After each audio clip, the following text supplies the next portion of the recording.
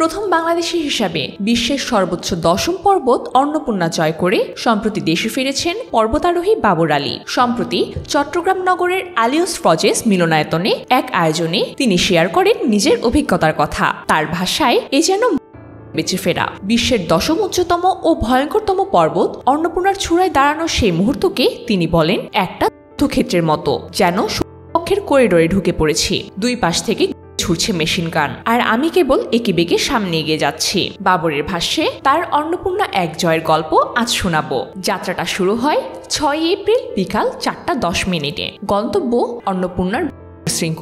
1700 metre পথ ভাঙতে লেগেছে 17 ঘন্টা 30 মিনিট। ক্লান্তি, ঠান্ডা, রকফল সব পেরিয়ে অবশেষে 7 এপ্রিল সকাল 9:40 তিনি পৌঁছালেন শিখরে। তবুও সেখানে দাঁড়ানোর সাহস পেয়েছেন মাত্র 5 মিনিট, কারণ চূড়ায় জায়গা মাত্র 2 জনের জন্য। আর সেখানে দাঁড়িয়ে গাইডের ফোনটা পড়ে গেল কয়েক হাজার মিটার নিচে। চট্টগ্রামের আলিয়স ফ্রজেস মিলনায়তনে বাবর বলেন, ফেরার পথে রকফলের মুখোমুখি পড়েছিলাম। ভাগ্য ভালো ছিল, পায়ে ভারী বুট ছিল, না হলে হয়তো আমি আর থাকতাম না। অন্নপূর্ণা চূড়ায় উঠেছিলেন 4 জনের একটি দল, কিন্তু শেষ পর্যন্ত একমাত্র বাবরই পৌঁছান শিখরে। একজনকে হেলিকপ্টারে করে উদ্ধার করতে হয়। আমি সত্যি সৌভাগ্যবান, বললেন বাবর, কারণ একসময় আমার আঙুলগুলো বরফে কালো হয়ে উঠেছিল, ভেবেছিলাম হয়তো হারাতে হবে। তিনি জানান, জলবায়ু পরিবর্তনের ছাপ পর্বতে একেবারেই স্পষ্ট।